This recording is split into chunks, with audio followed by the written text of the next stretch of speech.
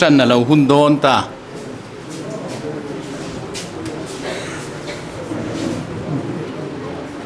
amasain ZPM lung rol puite chỉ bảy kabuk treo ni hey với nạ chung in khom kan lâu ti đàn thiên pa ngain ahun kan lâu khen lệ ta chuta kan hun mang tu tura headquarter tarina ruat chuate hey tlom ngain nan ron theya pathian ruai na le om puina kan chanzela hian lom thu soipo kan ba khop mai pathian te na lom thu i soi je langu chuan tu na hian hei ke hi silal than fela PAC member kania voinia kan hun sermang tu tur hi Reverend Roboya kan VUC member ania tin kan thu pui soi tu tur ber po si chal soi thanga ani hi kan mi thiam tong khor kan nu kil chan ngai kan ni po min chan tu tura kan thaveng tu ania voinia kan thu le la kan ngai thak tura tang po hian thu tam tak belchian dol ngai thak nuam tak tak kan don karinga ei voinia hian pui tling hli kal khom kan nia thu tak dong song tu le thu tha tak tak dong tura kal khom te kan in buat sai na konga te kan beng te po kha var tak tura ngai la a thau me beng var na khop voini hian kan don ngei ka ringani ti chuan tu na hian kan kal mop mopanga hei hun hi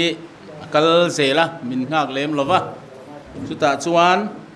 kan hun ser mang tu tur hi eng po ni sela in som ma support mai tengo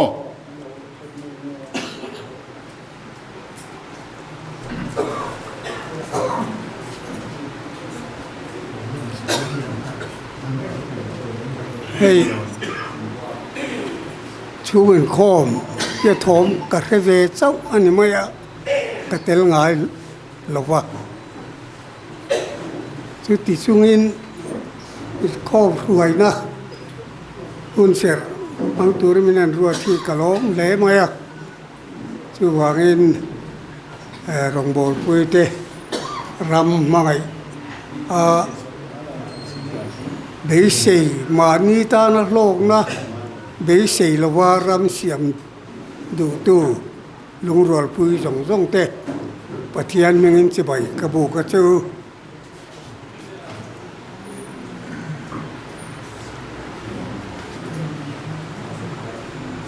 hey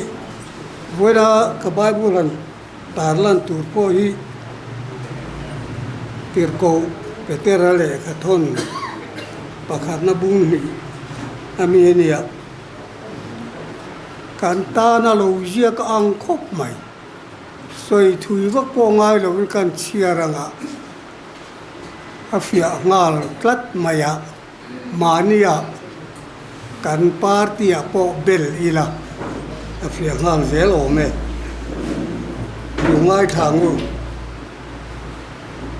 petera thon khat na bung ni sang som pani tang hian lungai thang zetel te zinga moi takin khosa zinga moi takin khosa ula thil sual tia an pu cheu poin in thil ti that te an mani ngein an huanga pathian in ato una cheu ama an choi moi theyang lai tu asia kia a ur deu tlat maya kan zo bible chen chena po elaya ziak chen khat lelin chen khata chuan in thil sual ti an tia an pu cheu poin an mu anga in thil ti that an huanga chúng như vàng chua là bôi mộ bẹt bát thiên ăn trôi môi thieng tiếng á phía tiền tu rồi nhiều mẹ lau pa vàng in mi khinh đà na thu này tu tên này na in tu lu ro thu này tu sang ber lal ber thu chu oi ula thil sual ti tu te khema thil tha ti tu te choi ngoi tu ra aruat ram op tu te thu po oi ro eng ma khelo te thu soi a thak chu thil tha tia ti dangin ti dang turin pathianin adu cheu zale na turin in zale na chu sual thup nan mang lova pathian boy te anga jok turin adu cheu ni mi zong zong za ula u nau te mai ula pathian chi ula lal ber chu choi moi ro a thu hi a chiang de maya với đại hiền thu tắm tật lồm thủ tê cắn ru linh cắn lâu nì về tạc thủ tê bộ hi nhìn riêng cắn là soi về là vợ soi tu tắm tật cái này mà rồi chú cắn huyết sa anh ya tun ba party đang na Sorkana siam khan party Sorkana siam tu party akan telo chuan kan zale lo tratin kanin ria chep tu kho khain min ron vi na min ron nok po ni lem no ma sela kan ril ro zale lo kan du zong po kan soi thave ngam lo tu na chon kan ril ro zale na to ngai ni chú zalin na chú kan man thiam ro ngai mi dang te tan phur kan zalin na he ni pal the ni tin a sarkar kan sarkar theng point tu na yan mi dang min be sei tu mi puinol kan ram mi puinol en yan mi pui te phurit siam zonga thu nei na man a ol khop kan thu chuak kha mi pui ten hallelujah lo ti them nge an phur ri chal karil ro lo lau tu tu la bo ro ga yan lo solomona alo bo ral ta alpha pa reho bo man la na ron chang do na upa ho thu cha thu rod apoi salova arual puite thu rod an dong ta ram ro pui kha ale tina ram Israel ram kha nam som le nam di lung rol taka lal pakhat noi nom kha nam som an lung oi lowa an ke khúc mà với thanh hiền nắm sò mồm dẻo tổ lo ôi lút chú vào bên cắn zalen nè tê hậu tu chan cắn chan nè tê râu rèl na cắn chan này pathian ni ruột anh nia tu na cắn hậu tu chan tê bộ pathian na ruột chơi pathian ruột lâu ang zong pathian in titura min du lo hoi zonga mi pui pathian mi pui te kan ni veka su mi te ta na thoven na le ma son na tu le chang kan na tur kha zong tu le ma ruai turin min ruat lala min da ho tua min da tinania su nga chuan kan sarkar te poi tu na kan tran lak dana hian thanem kan ngai em lai hian ram siam kan tum lai hian ami pui zo phurit ta ruma siama khami manga ramro puidin tum kha aola andin me kan ma sa nga tangi chi kyang chon mi pui rap betin tuna po kan la hereng North Korea te ki an bet lok ka alal bora chon an ro pui khovelan chove at mai chu cha kan tiem tu man tha ti kan lo chu wangin kan ro re na le kan ro man na yan kan mi pui te hiranin kan lal na te kan zaled na te midang te ta na kan lan dan tur te po pathian thuang kan chiar tang khan moi takin yo mong u zentel te jinga in ko sak sia chu moi tak ni ro se political party dang member te min mu dan poin an ni tan po party du tak kom ngai lo thei lo mi turin nun ifim kurang u lal pa na thu kan tan mal som ro se tok trai u lal pa chung lung ber min mangai tu voina he un lo mom tak na gen min siam saka khovel boy na lam kan thir chuan boy na na khate moti mai turani a kan che vel ram barba te Manipur lam te phei chu lalpa hetia rala kan ngai tu ngot poina rap thak kan tia a hlalam zual khan thire la chu tiang aya rap thak le zual thina rap thak pui indo na avatam em chu tiang khovel buai taka chuan ke ni lim tak le muang takin tu na hei ilai mura nang min khuai kho kan balo me lom thu kan khi la che nang an ne na om tla tang che kan zai ni ku taka min che tlat la kan ni tin nun kong i du zo ni thei nan le midang te tan mal som na kan ni gel thei nan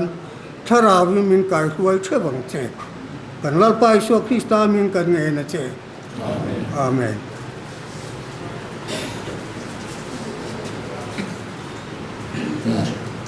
Reverend Roboya kan lo me ei hun thatak minon man sat thia chuti ruale ro chuan hun enge mo chen ring tu te kan sarkar nuaya kaldan mu mal lo kan kalto kaldan thar kalphung thar mi pui sarkar lo piang ina akhin chua tur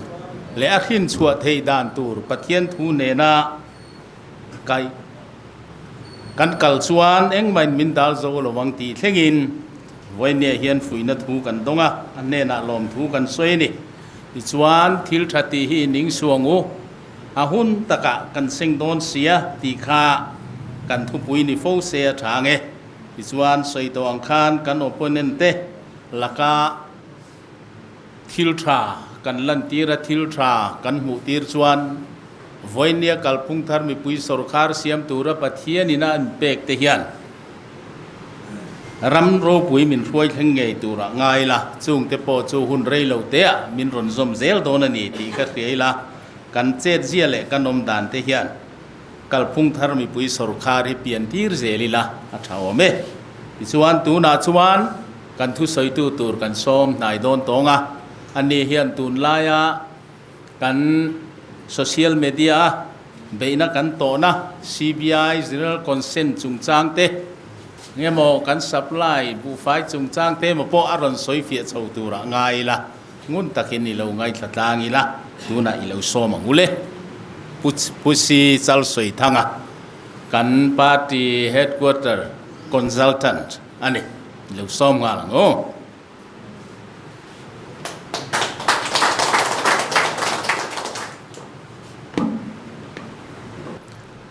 hei thu soi na hun men han siama ama sabera chuan tum vigilance le khati chua state ina CBI ne na state sarkar na thokte Mizoram state a offense omte chui thei na phalna general consent a pe ka kha ti dang lam het angalang alo omta a อันนี้ Vigilance Department ชวนกันชัวง่ายค่ากันชัวนนเละอันนี้เบอร์อาหารไปดังลำเตะเชี่ยมาอมโลอันตีอะให้ฮิสอยฟีง่ายลายชวนนี้อะYouTube ปะ opposition ลำอินเมนไปงั้นเสร็จแล้วไหมอะ CBI กันตีงดทีอาเราเปลี่ยนนะจนเราปังเตะเนี่ย CBI ตีอันนี้มาเฮียนคุมสังกัจก็สมรีประคัดอินโดปุยปานีนาไลเวลคาน British War Department นัว呀ตัวน่ะ DSPE กันตี Delhi Police Special Police Establishment Act กันตีคู่อันเสียมาดิฉันสังกัจก็สมรีประคัดอันดินข้าอาดานตักอันหันเสียมาจูสังกัจก็สมรีปารุกอันนี้อ่ะสังกัจก็สมรีปารุกอัตังคาน Delhi Special Police Establishment ส่วนส่วนช่วยนาเล corruption ทำนะที่อังจีช่วยนาข้าอันเก่งก่อโชว์ตาจาระส่วนสังกัจก็สมรุกปักขัดอัตังคานคอมมิตี้เลียนอันดินาจู่ๆสนันทำคอมมิตี้อันเดียจู่คอมมิตี้จวนรอนซิร์จียงเซ่ให้มี Delhi Special Police Enforcement ริงอดอินาให้มีอาเกนอาเฮียนอุยงขันให้มีบวยปุยตุบิกฮีและเสียมเลอัทโลโมติอันเรล่ะจู่คอมมิตี้ทุกช่วงอังจวนสันทนำคอมมิตี้จูอาลาวดิงตาจู่จวนสังกัจก็สมรุปปักขัดอาคาร CBI จูอารมณ์ดินตานี่ที่จวนอามา Delhi Special Police Establishment นี่นะอันเก่งจงว่า CBI จวนอารมณ์ละตาอัน Director General มาสเบอร์ฮี DP กอลีอันนี้อ่ะ CBI Director ฮี Police DGP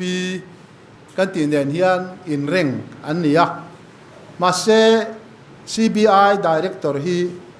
อัลลเฟซอกอ่างไงเทนลายอันน่าอาจิรินอาโอมานี CBI เฮียน Division ทั้งอัลลาโอมาตัวนั้นที่นั้นกูว่าเคสติดตามงติละ CBI ติดขัน CBI IN Division นี่เงี้ยช่วยยังอันนี้เราเลย GST แต่กันที่ GST จงจ้างฮี IN Division นี่เงี้ยช่วยยังขัดยังเตะ Science Forensic ลำปังดิเซตุงเงี้ยช่วยยังติดเตะขัดยังขัน Division ทั้งปัสสรีออกมา Corruption Division เตะ Special Crime Division เตะ Economic Offense Division เตะแห่งที่จูกูว่าล้ำคอยตู้อันนี้ดูไม่เท่านี้ Policy and Inter-Police Cooperation Division อันที่ให้จู Interpol กันที่ Covel Inter-Police ลาร์ตัก Spy บุเชียร์เขาจวนกันเร็กเขาปังข้างเขาเนี่ยนะอินกุ้งไก่นัดเสียมตูร์ทะเลจวนในตูร์ข้างจูมี Division เตจูอันออกมา Administrative Division เอาออกมา Prosecution Division เอาอมเลยเฮ้ยลายช่วยพอตัวเรื่องก็เขาจะดัน prosecute ที่งดโล prosecute ตัวขันอมเลยง่ายทีนเฮ้ยมิโซรามาพอกันใน science laboratory กันตีเฮ้ยฮีเอาอมบกscience laboratory division อันอมบกกันนี่ที่ชวนจู DSPE Act กันตี Delhi Special Police Enforcement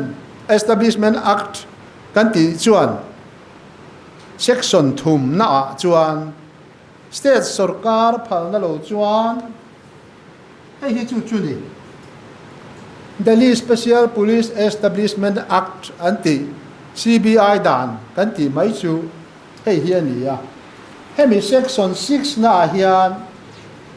คอย State ตามมา CBI ที่เฮียน State สรการพันนั่นเราวินช่วยน่าอันถกเทระวังเดี๋ยวมันนี่ช่วงจวนสเตทสรการขัน CBI ช่วยอดูจวนผ่านนะอาเปกอะไรง่ายตาไอ้ไรตะคิดตัวนะกันบวยนะช่วยนิตานี่ consent a hian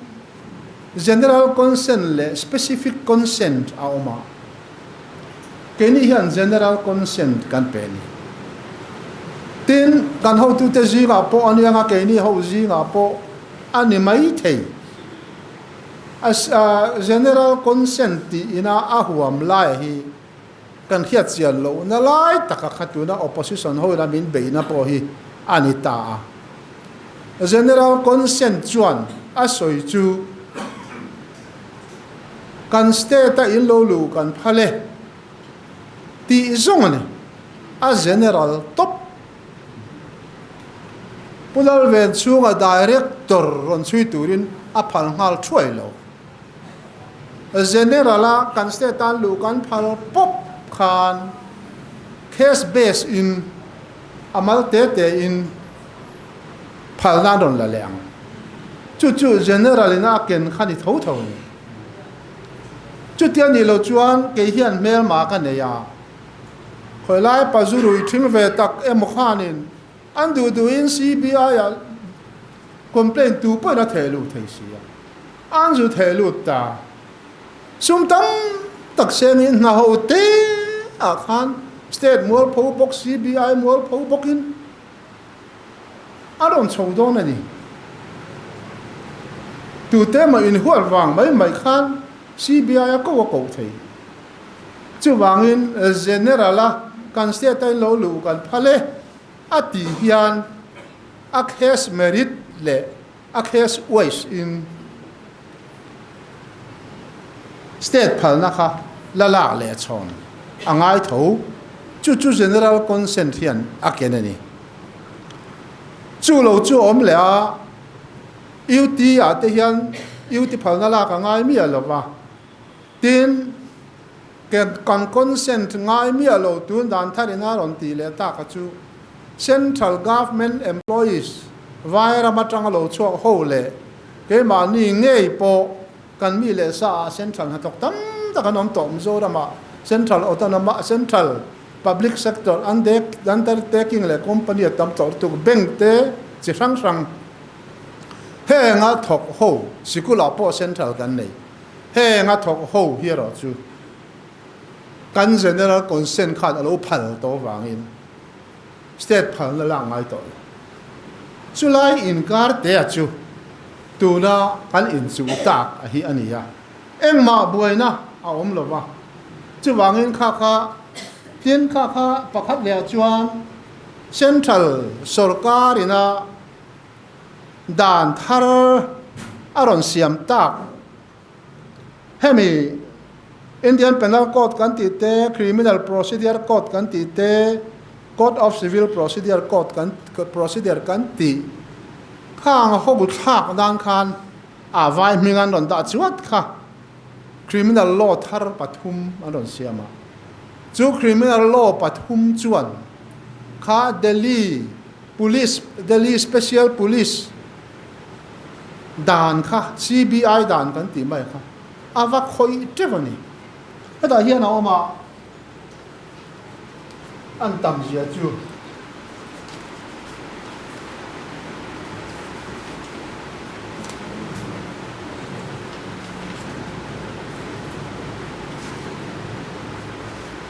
dan kha hian CBI power kha ti hian hemi mal te hi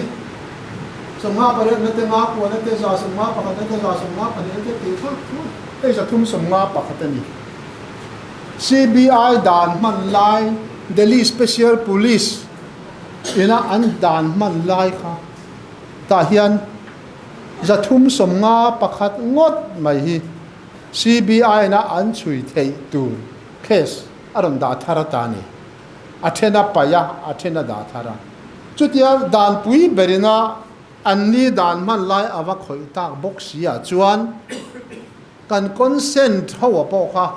athena lai ron nek lai chu nei thei ta chu wangin thil fia sak kan ngai ta men ran thil fia sak ta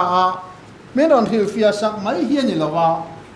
ta hian thu me ron pe ngal top mai ni ele kha hian thu me ron pe ngal top maya July ni khat ma in order chuang nge yang cheu a order turpo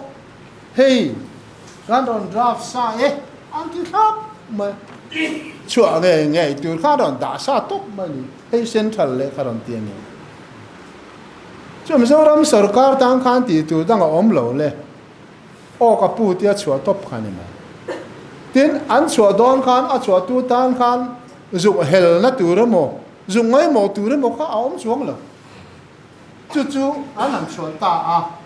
ti chuan opposition hawin belo bum mai ni mo hey an general consent chu an suit le ta an ro ti ta chuai mai a kha kan suit lo wa kan consent ma sa po kha ala dik renga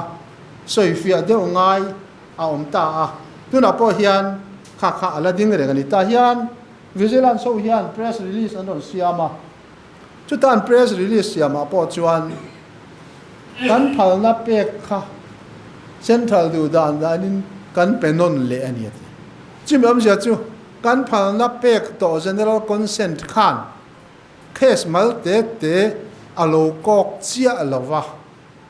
apum puya ram pumata na kan lo pek mai kha alo nia chu wangan kan pek ma sak le tu na kan chua hi dang lam na om chuang le ti kha an ron thil fe ta ni kha ai thui kan soi chuan na kina press conference ate legal department in an la ron soi fia dona ti chuan han kir le lokila state sang khan kha dan section 6 nuai atang khan consent khan peta chua mai ni state zong in consent kan peta kan consent pek withdraw in the ram state zonga CBI consent pek to withdraw le masaber chu Mizoram sarkar ani na taka chu kum sang ni som panga congress ruling lai khan CBI consent and pek to hi allo zu withdraw chu India ram state sanga consent pek to general consent pek to withdraw masaber ania chumin hu chuan Punjab te Jharkhand te Kerala te Rajasthan te Chhattisgarh te West Bengal le Telangana le Meghalaya le Tamil Nadu ten an withdraw ve ta tu na hian an state an general consent withdraw hi state som Mizoram telin an oma Mizoram chu kan tel le talo kan pele to mo kha kan om zia chu ani ta ni ti khan khami chin kha chu du tok tamai ila chiang zokin press release press conference ate kan ho tu ten an la ron soi do na ti khan mani ve zonga han lut ve to tai la mana min lom lu ni a ka soi ngai deu tho eng mo ka han dap ko le ka du a chu ka phung ti hi ang ti na nge system ani ka phung thar chu system chu noya nge om dan noya dan hi system chu ni mai chu wangin dan hi apoi mo a dan poi mo zia le dan ngai tha poi zia ti ila ani ber ome hey ko ve ram sang hian an ram ti thang duang turte an ram administration ti thaturte an riam siam thaturi ti top mai te economic ania mo thil dang administration ania mo political ania mo enkima an ram siam thatura an man ruwa chu dan ani pola hian dan hian ai sang khom me pola phei chuan kristal lama min ruai tu ni timul mai dan tel lovin ram chang kang om theila ram chang kang a pianga dan an nei tha mi pui te an him chuwang chuan district council lai khan kan nu le pa te mol te le khathiam sang lo te house an thua an in sit nakina he house a hian BM doctorate degree nei te ukil te professor te an laron thuanga tuna ke ni si dan siam te hi chu an la ron nu za tang an ron siam thavatang ma se nei lo ai chuan nei adu sia he ram riang te hian dan nei lo ringota athen arem si lo ho u iti ram ang wan tia in sit tak chugin dan za chuang belo nu chian yêu kan han ni ta a le ka thiam chuan on ther chho ta fak maya ma se a hun ala nai boka dan siam tu ngoi na te po a om lo de ban yang dan lam kha an ngai sak ta lo wa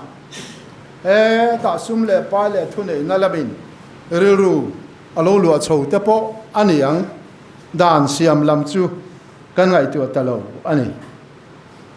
district council kan han zawa UT kan ni laya kan UT MLA te po kha an la chu ti lua lo ve bokani an soi pakhat chu kan UT MLA ma sa te kha Mizoram Agriculture Development Mizoram Economic Development atan agriculture tu ran zu nei puya Delhi Punjab vela khwan Punjab pa bong farm bong lian pui mai om na farm a khan Mizoram Agriculture ti ma son dan tu zir puin an va fe puya bong lian pui mai khan muwa kan MLA te chuan kapu a khoi hinga sik huai zo kang an tian de om kapu kan in sik tir ngai lo chu ni kan MLA ma sa te kha chu tiang tan chuan dan thanei kha alai bai safe vak om lo ve eng poni se state ta kan hang kai chowa state ta chuan mi thiam pui ko ran upa thlengin pastor thlengin doctorate degree nei le doctor pa ta mi him doctor te professor te lawyer te an thu ther da fu maya house han thir chon a zaom khop mai an thiam na sang lob sia ma se chu dan dam na da na chu an la ngai sak tare reng lo wa voi ni hi kan khen chho ta emo an ma ni ham than na tu big le central dan local Mizoram ta na chu ti lu to ka tu ni mia lo ma se sumron keng dan kha chu rang mang kheng mai khan an adop mia maya sumron keng lo dan an ma ni phuar tu lam dan emo mi pui ham than na tu lam dan emo kha chu ngai sak ani ngai lo re family planning boy pui la ya sum tam zia kha kan thia doctor ho concrete building nei lo ka chimi an ne maya a phurom mani khatiza lo tu ro nu thing ta nu mol va them mai kha chu an pe lu tuk tat ram tha ma pon kan mai ni sum a ken wang a chu lo chu soi tu ra tam lu tuk amaro chu kan ram kan sarkar na thok ta na tha kan pawara ta na tha kan en kim ma ta na tha dan thar siam ko nga chuan an benga che an benga chungong tata hei sarkar na bi ka phei hi chuan sarkar na service law kan ti mai lama phei hi chuan a khoi hi kan nei lo re ani ATI ya kan ho tu de du sang nain sarkar na thak ho training pe in kum sari lai ka oma phairama kan su training thina ta chuan almani ram dan min lo zir pui dai mai ni ke ni chuan central civil service pension dan central civil service leave dan central civil service conduct rules ti kha kan lo in ti have em kan sak se maya an kenga an ni chuan nga ma ngai ke ni chu hei dan kan nei instead in nei ve na nge Parama kan training kan kal reng in enga tinge instead in danin nei velo ke manin dan thar kan duang ve du to kan nu lat lang wal te thu in dan kan duang du to kan ram thing le mau tluk da na zerin kan sigle sa azirin kan culture kan social usage azirin kan ko han kal phunga zerin kan sa ko kal phunga zerin ke manin dan kan siam ve du to intia independent in khela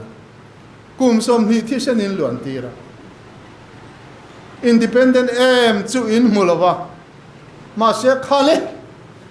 in du dan dan in instead dan choron siam tor ule antia state andon pe chuwa cái này cho state kan ya tanga kum thu ma khan kan ram dan poi mo chu kan nei fai vet hey enga tinga tun kum som nuwa po instead in nang ma ni on rules pakhat ma in nei lo an khwa an ramak an state kan jo training in ke ni central civil service rules dan kan zu ken kha kan hang ngai lo re an ma ni dan min lo zir pui mai chu ni in legislator ten enge anti kum som ni chuang in nu pui fanau ten ti du dan tuara in fanu ten po so sak cho pa an ka num sak cho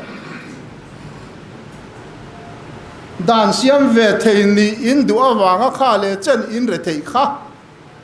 in khuan hal sak cho in biak in an hal sak cho biak in an ka khung chewa in khopu yan ron bomba kha eng wang e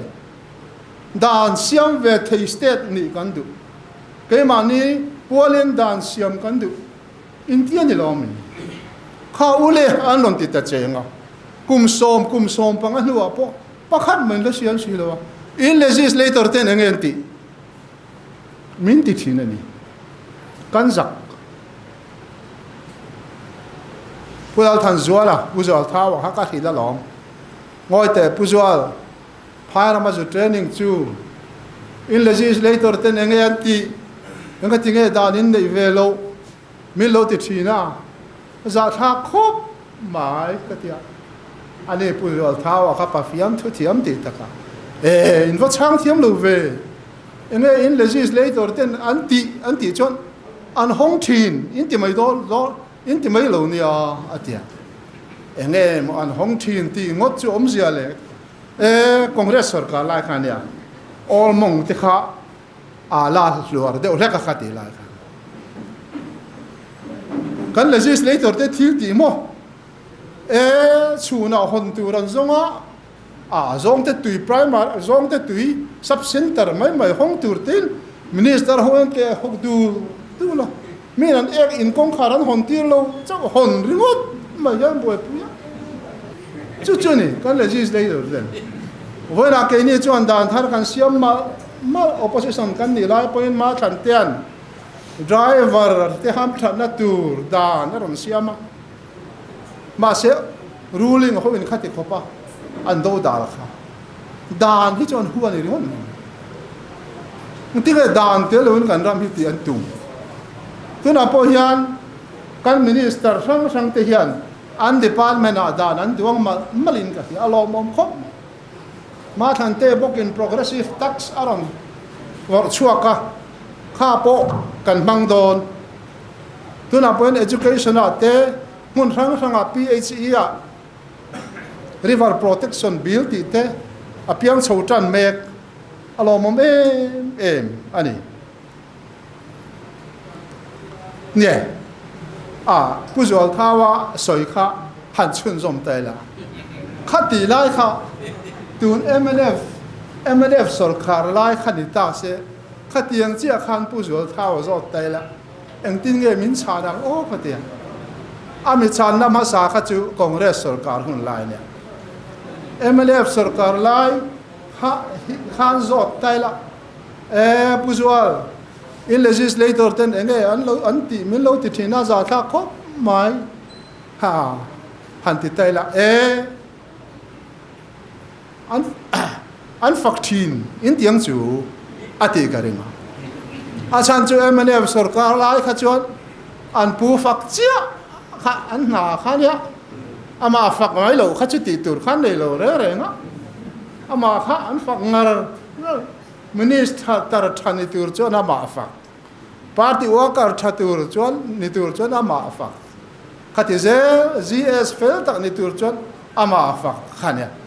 ama fak mai lo kha chu lim na khan nei lo re thil dang kha an mai tu lo re nga a chung te chu kan soi bel mai maya tin MNF ministry lai bok khan thil pakhat awma minister pakhat thu soi hetu min khil ma se ka parin tak mai ni si ati tak amo ka ti tak ke ka he chiang kom ama po nui mi lo ve tia MNF minister pakhat chuan tlong tui khwa dan kha an lo he tha khop mai ngo a nui mi lo hian a soi mi mai tlong tui khwa te in boi pui viawa me ron sela ati dang ka hia long re ek tlang khu kan re kanga bung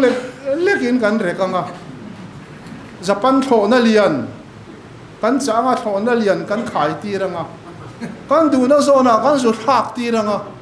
ador pu mai don long ati etia ati tak mo ka te tak e ati kang karing chu tiang zo ngai tu thin tan chuan kong chho sim te chu ol don e malo mo chu kan kal dan ania kha hei tu na hian dan siam chu soi lo kan dan nei sa tha em mai te po hi an thut bet zova an timu zova en tin na pakhat chau ka soyang mani cabinet ina nung ber do tu ina anon ti nun la an ron ti nun le ta the scheduled tribes and other traditional forest dwellers recognition of forest rights act kha sang ni paruk kha cabinet nung ber do tu kha lung le di lo kha anon ti nung ta ni kha dan tha em mai nya he copy po ka nei he ne aum sia chu forest conservation dan hian tribal te kan pu le pu te tanga kan right kha aron rabbet veka min next step ta veka ni ritual po kan la thei to lo thing thu pui po kan lo thei to lo chu mi king chia chu sor central sor ka hian dana ron siama chu che hin the scheduled tribes and other traditional forest dwellers recognition of forest right act 2006 hei hiaron siama chu chuan mi zo te khi an people te atanga forest dwellers an yasin bar manama tanga ron chukin forest an ron sual thazela forest azel when ni theng in an ele in zon na ber chu forest avet thing thu pui mau tuai em kim tin an khua po ngon noya ve ka om traditional forest dwellers an ya he right thian mang tu rani heta hian kha forest conservation act zuk dolet na hei chu kan right a sin rotuai khor ngam lo kha e itani kha he dan hian a hum che kan ti na tur dana kha sarkar ma sa khan hei chu kan ram ta da tur lo ben tia an lo ti thi ani karon sarkar vele khan ama tang khan ke chong ka lo ve to kan cm kan khila kan sarkar vele khan sia ko da wen meron thil ro tia kan han in sila hei hi kan ti nung le tan chu ania chu tiang lo te po chu soi tur tam takom hey poi mo em le pakhat chu the scheduled castes and scheduled tribes prevention of atrocities act chu oma sang kan ko samriat pakwa chu po chu kan state hian a om ti po thalo phar ma ile nga mangai lo chu chuan plain mi ten scheduled tribe te chunga leyan len na nun ron an bol na hi khap vek ani schedule tribe te right bok aron pele ta chung te chu angai hian angai sak lo re tun trum Manipur boya khan hei hi an lekem ka helo wa kumwan pu te chu om se an he mai theya ka han he ve lo wa hei hi schedule caste le schedule tribe te chunga nam changkang in ti hovin ti du da na nun ron na leilen na anon ti thei mia lo na tura da na ni khang te kha a omani kan ngai sak lo ti chuan India Constitution a hian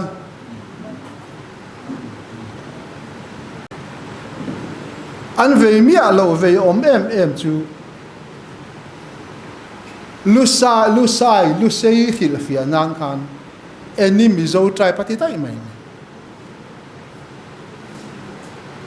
chu wangin kan unau te hian lusai kan ni velo mizoram chu kan ta ni lo conflict na salut tu min khet sak reng ani hei ke ni chuan mizo vek kan dia mizo zinga lusai an om mai ani e a zola om te he ho hilu sei kan nia he ta marapo mizovek kan ti lain constitution a ada danti he ye adik lo hem te hi amendment kan dilem tin schedule tribe min ti si hian schedule tribe vek kan dia schedule tribe ni si hian kan chen naram hi schedule tribe area zunimi alawa Constitution kain en chu he mana puduana ron sei chok to ati aya kan omlaya ka sei chu ania atuna chu kan ho tu ten fiam thuin ka sei chu zo kan ti hian chi boka ati aya kan omlai khan training na ka au puina chan Constitution he hian en te u schedule tribe disi iramai chen mi ala I chen naram hi schedule area zuni mi ala schedule tribal area zuni mi ala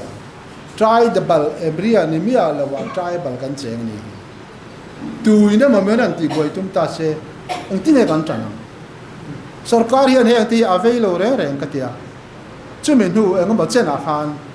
pudu anaron au puita tun thleng hian he hi la khoi dang lam lo in ala om boka khatiang te kha soitur atam khom maya chuwangin kan sarkar thar hi chuan da na hian mit alen viau don ti te kha thetai la tin all pension scheme le new pension scheme chung chang te kha aron viral kan ti ve bayang chu congress sarkar khan congress party khan campaign na nan ron manga keini kan sarkar chuan all pension scheme kan kir pui le don chu anon tiani adan hi en thin ro se all pension scheme kan kal pui don pu chuan am te chuan hiang khati lai khan kan ho tu te pon mang ang tre pani hei hi an vote fu vai chuan sarkar to vote sim ni vel hi kan chan thei tlat eng ti nge kan tiam a hebi anomem a counter tura helam pang chin chang hi anomem pudu an hena ka lo soi khep to wangin eob in kazin trinity kan khen lai tak son pudu an min ron phone a meron ko kira right up kasiam ta hem te hi modia sarkar laya tun haya an ron ti mai ani lawa vas pa sarkar lai dai to khan he thil hi introduction ni achana oma India reng hina kina consultant chungchang te pawon la soyenga India reng hian foreigner mithiam hi aseng lut na sa mathil big enga ba hian hemi chungchang a po hian foreigner German mi te khi làm Thái làm mi te ami sang Israel te pon telin ka ria India ram economic din bon thiranga an nei puya chu tan finding chu tu na in pensioner te lo in pek ang hi la per zel chuan tu na tanga kum so ma hian in sarkar na thok mek te aya in se let ni let thum hi na thok ve mia lo pensioner hen in seng don review vat ro ti to vat ro ti kha foreigner mi thiam te thu ro chumia tang chuan kan chui chowa kan jiak chowa vainia effect te India rama tu na mang mek te ai nga na dan te ta han soi chowa kan han jiak chowa tu na hian atira tang khan state pan in an mang lowa adang zong in an manga ma se khamin hu khan state panga in kirle antuma an mali sarkar a chuan kirle an pass ma se helaya adan pui lo phuar tu a pu TBC kha chok ta ni mo adan pui lo phuar tu jok central dan khan a lo phal hau lo me kum som diu pension scheme I om to a all pensioner ka kir pui le che khan kum som chunga I contribution kha I refund le dan kha a om mia refund lo tur chon tu ma tu ngai khang zo zai kha chan dio adan pui zo khan lo phuar le tlata state panga adil ho po kha pakhat ma an kir thei chuang lo chuan state som ni paria ta hian state som pasari hian atha ekan tia kan poma state enga bazat kha akiran tu ma sen kir tak tak thei chuang lo wa UT jong jong pe chuan new pen all pension scheme akir kha a chai nan chai lo thim thim an ngai tu lo thim thim tha an ti lu tu wa an pu lu na hi nen hian in te khin tai la kan pu lu na ya pension chia a voina hian a pe scale a chia khan ke ta hen ka thu ta cha ta tharin pu lu la chu a tho to lo ni wa khan kum sari kan chut ta pu lu da kum sari thok mia lo a pension ka pe kha nuai som li deu tha o nuai som ni pali ve le chon a reng chia ke thok ngat ngat kha ka thatin lo atanga pension sarkar in min lo siam saka wangin thatin min lo khol saka wangin ka pension ni lo then khan a han pa a pension sarkar in min petolo win ka khol sa he la ya vai bel chenga ve te kha a hlomin min pe ta mai ni chu chu ne sarkar ta hian a in zang khai le lu tu pa tu na kan ka da na chuan mi a pension hian ama a sarkar liability hi in tran don cha ve moni chu o ti tu mi pension to na sarkar hian ama khan mo ala wa full kat an pension a boy le ka sarkar an lat ya new pension scheme a chuan sarkar atang a pension to chuan ain mang tha top vai bel che khati zo zai khai tan ka lo kho saka kha te khan in ngai tu ve to me ro le ti khan a ol sam le le tu chuan pul lu na a khan kum sari a nuai som ni pali sarkar na sen lain a reng pui chia ke a khan nuai nga seng chu ni sumi du lova all pensioner kir le tur khopin kan financial position hi enge kan tin mun a soi ngam chi khan le ti chuan kan ti lo tlang thei ta a lom om ba le e hun kal du viau maya soi tu ra tam pu chairman kan phang na labui na ka soi se nge ni ka soi zo thei lo ne te hian min lo nang tiang mai khan cái soi zo thei don tak tak lo ve ti khan du to kang ka lo me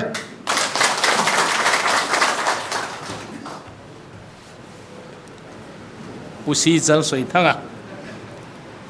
thu beng va thak tak tak moi kha kan ngai tha a kan kal zela ta na thil thatur te le ke mani ho mai ba ka kan legislator te poina kan nammil kan sa khomila dan le dun siam thata poi mo to zia te kan an ngai tha ro pui hle mai voin chu achunga polom thu kan sei tak meu meu ani le nia kan zain kan dinganga kan hun top siam nan kharnan lal tong trai na sei ho wila to